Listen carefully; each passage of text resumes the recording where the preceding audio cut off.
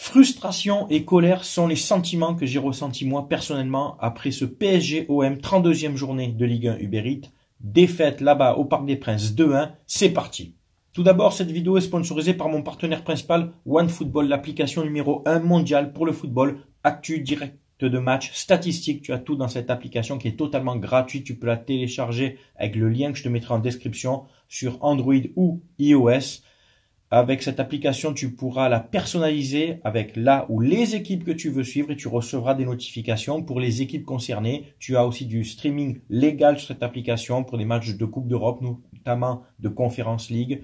Il y a eu des matchs de certains championnats européens ou asiatiques ou d'Amérique du Sud.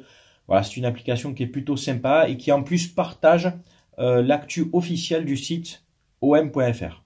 Oh, tout d'abord, parlons de l'ambiance au Parc des Princes. Bon, ces deux mots qui ne vont pas souvent ensemble, ambiance, Parc des Princes, on se charrie un peu, hein, normal. Bon, les supporters du PSG étaient présents, hein, stade plein. Bon, il y avait quand même des supporters de Marseille un peu parsemés, un peu de partout.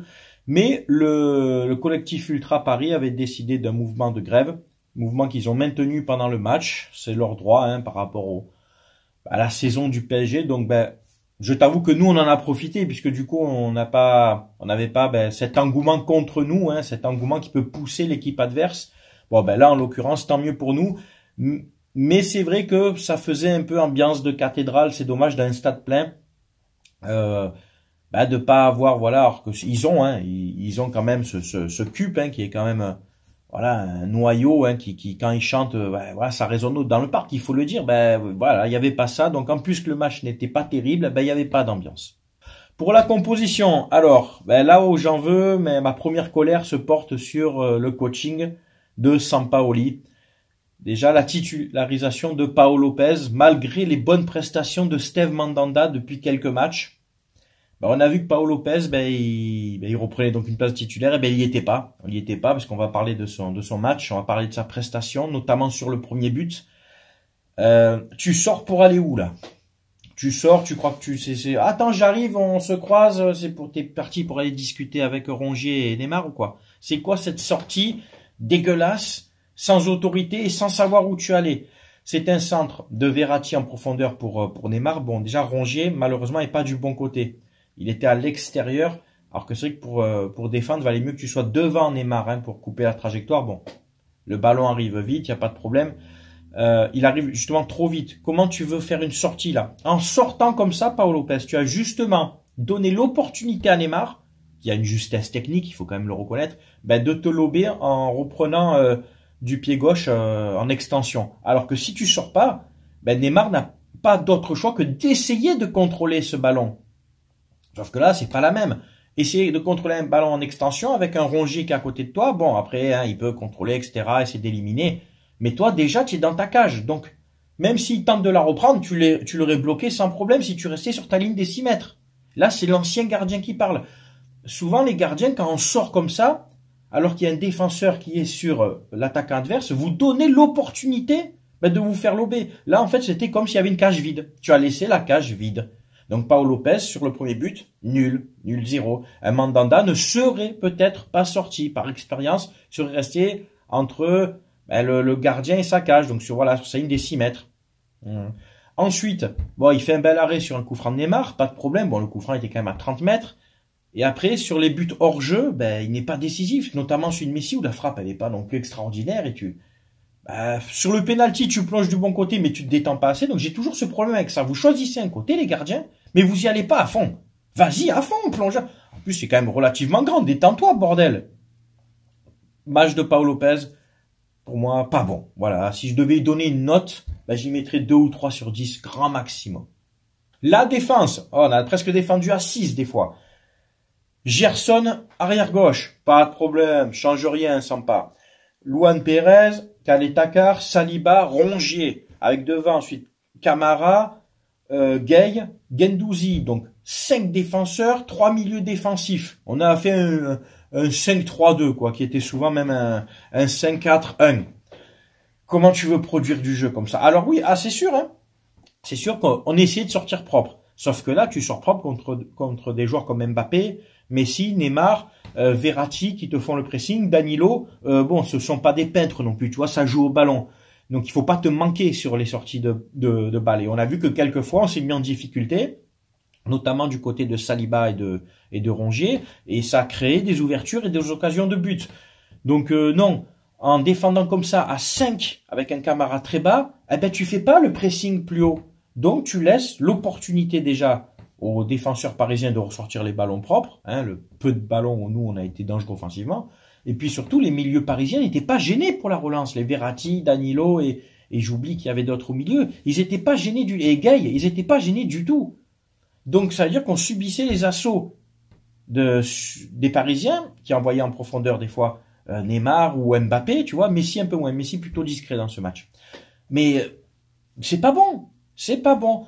Quel intérêt de mettre un Gerson aussi bas sur le terrain alors qu'il a cette capacité de harcèlement sur le porteur, de créer des occasions, il va vite. Non, il fallait le mettre un cran plus haut. Tu jouais à 4 derrière, tout simplement. Tu mettais Luan Pérez ou Kolasinac. Je vois pas où est le problème. Tu as des joueurs à des postes, mais tu ne les utilises pas et tu prends d'autres joueurs pour les faire jouer pas à leur poste. Gerson, moi je pensais plutôt partir sur un 3-5-2, par exemple, avec un Gerson et un Rongier plus haut pour harceler les ailiers parisiens, tu vois, pour empêcher les ailiers parisiens de monter. J'ai oublié le nom des Hakimi, voilà, et de l'autre côté c'est Nuno Mendes pour empêcher les montées de Hakimi et de Mendes. Ça n'a pas été le cas. Je suis pas satisfait de cette compo où on a joué, sans attaquant, ça il n'y a pas Milik, mais tu as quand même Dieng ou Bakambu. On a joué qu'avec 2 réels joueurs offensifs toute la première mi-temps. On l'a bien vu, hein. On prend ce premier but, qui est une erreur de gardien. On égalise sur un de nos rares coups de pied arrêtés. Le corner est tiré par Payet. Donnarumma se manque, hein, il fait une mauvaise sortie, ça cafouille un petit peu, ça allonge la ligne de but et Kaletakar la pousse du bout du pied. On a un peu de réussite aussi. Bon, disons bien placé, on égalise. Je me suis dit, il faut revenir à la mi-temps à 1 et réajuster tout ça. Fait de jeu, ce fameux fait de jeu, ce penalty, je vais en profiter pour rebondir à ce que dit l'autre trou du cul de Dijon, là. Ouais, tu sais, là, Parisien 88 de QI, là. Guillaume de son prénom. Ayoub, c'est son prénom musulman, mais Guillaume de ton prénom.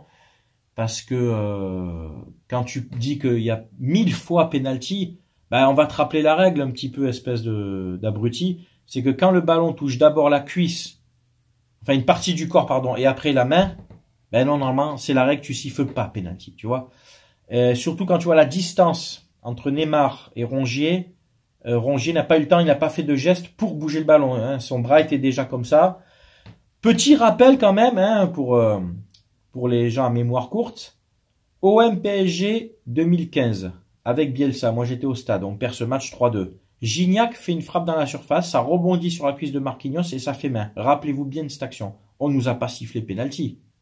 Pourtant, on aurait pu. Là, c'est exactement la même. Sauf que là, c'est plus près.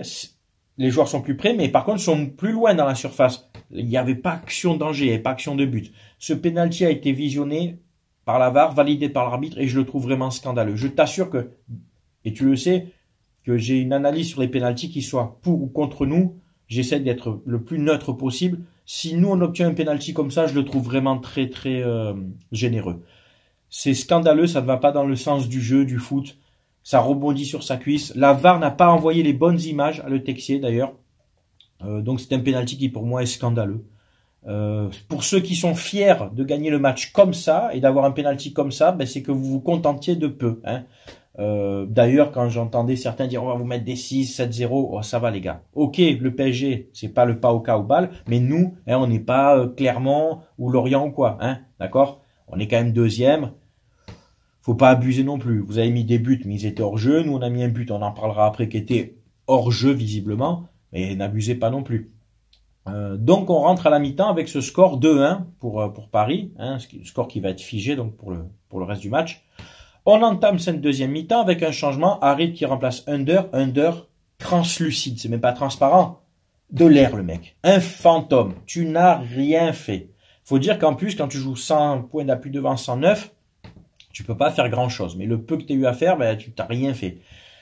Harit qui est rentré, qui a proposé tout de suite de la percussion, des dribbles et éliminé. Mais le problème, c'est que tu fais rentrer Harit. Tu as Payet aussi devant, mais c'est tout.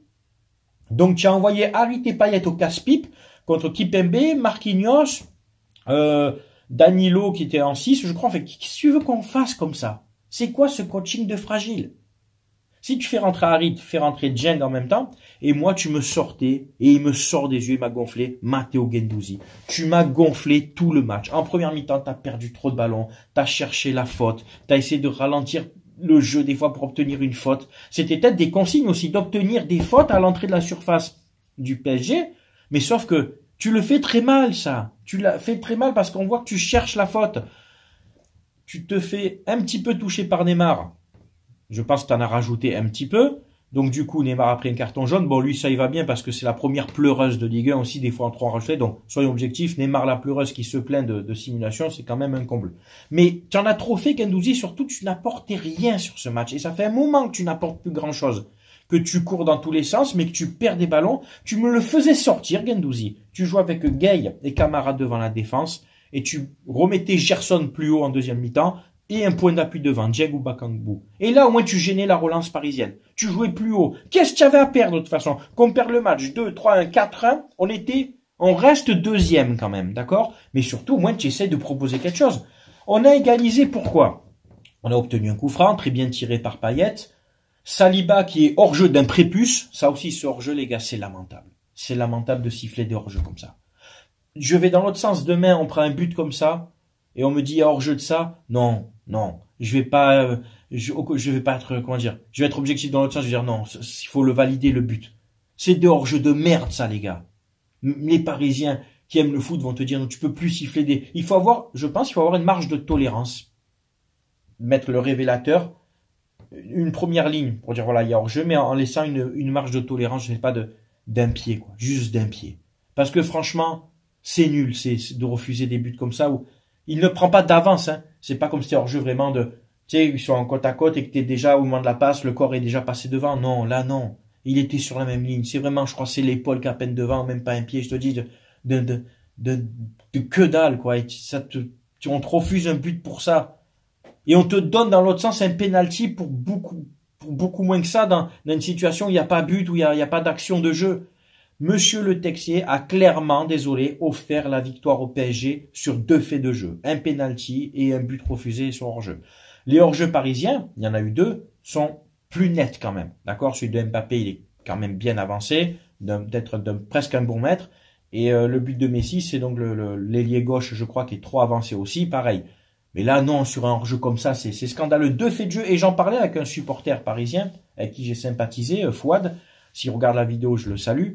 Il pourra te dire, avant le match, on s'est parlé et je lui ai dit, j'espère qu'il n'y aura pas de faits de jeu scandaleux qui vont gâcher le match et cacher aussi tout ce qui s'est passé dans le match parce que du coup, on se focalise sur ça, sur ce penalty et sur ce hors-jeu. Moi, pour ma part, on méritait au moins le match nul parce qu'on a fait une meilleure deuxième mi-temps. On les a pressés plus haut, ils ont étouffé. Il y a eu la rentrée de Paul Lirola qui pour moi n'a rien apporté par rapport à ce que faisait Rongier. D'ailleurs Rongier, très gros match de Valentin Rongier.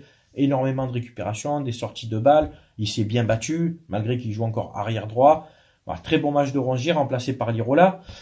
Dieng est rentré à la place de Gueye, qui pareil aussi a eu du bon et du pas bon du tout.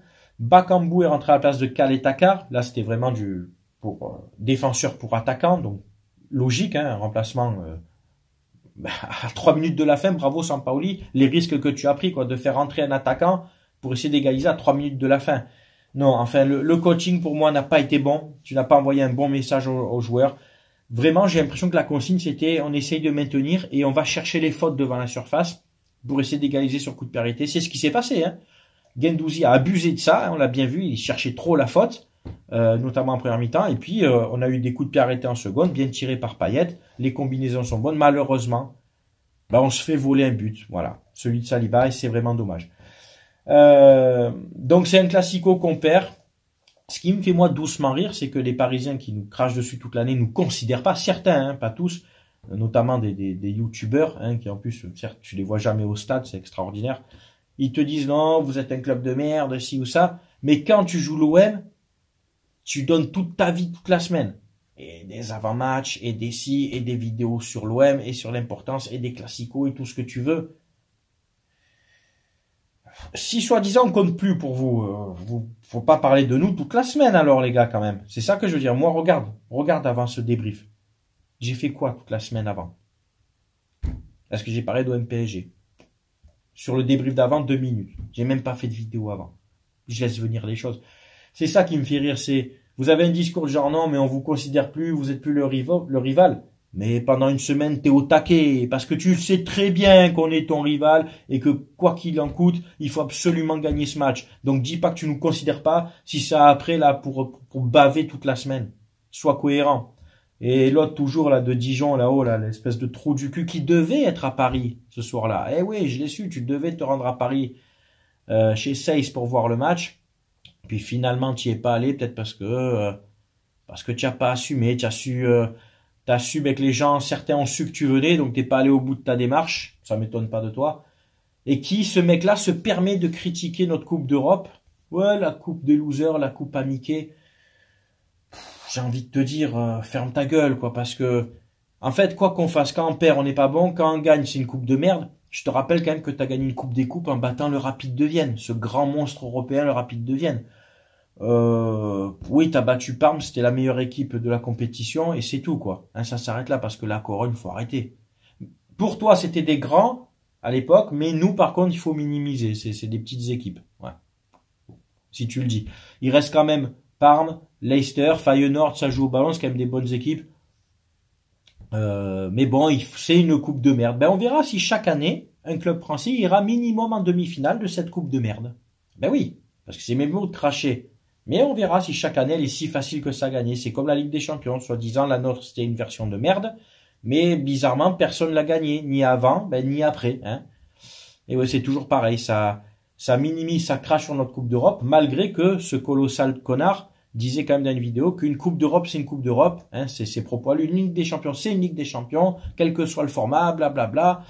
Ouais, mais nous, le note de format, tu le minimises. Pourtant, Barcelone a joué sous ce format-là aussi. Il a gagné comme ça et ça dérange personne. Hein. Quand Madrid gagnait des Ligues des Champions dans les années 50 avec 8 équipes, ça te dérangeait pas non plus. Hein. Tu dis, voilà, ça fait partie de leur palmarès. Mais nous, non. Nous, il faut minimiser tout le temps. C'est ce manque d'objectivité quand tu es trop haineux et que tu es con comme une bite et qui fait qu'en fait ça donne pas envie de débattre avec ce genre de personnes. Voilà, il y a des Parisiens qui vont te dire oui c'est une Ligue des Champions et basta, et d'autres ils vont te la minimiser. Enfin, tu sais, la girouette ça réajuste son discours. Non, une Coupe d'Europe c'est une Coupe d'Europe, mais la leur c'est une Coupe de merde. Hein. Je te rappelle quand même que tu es allé en finale en battant Atalanta Bergame et Leipzig quand même. Hein. Bon, on a fait mieux au niveau ogre européen. Hein. Voilà.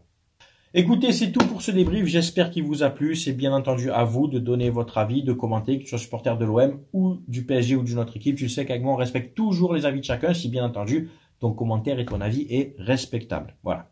C'était Steve, supporter of Marseille. Merci d'avoir regardé ma vidéo. Portez-vous bien. À très bientôt. Ciao, ciao tout le monde.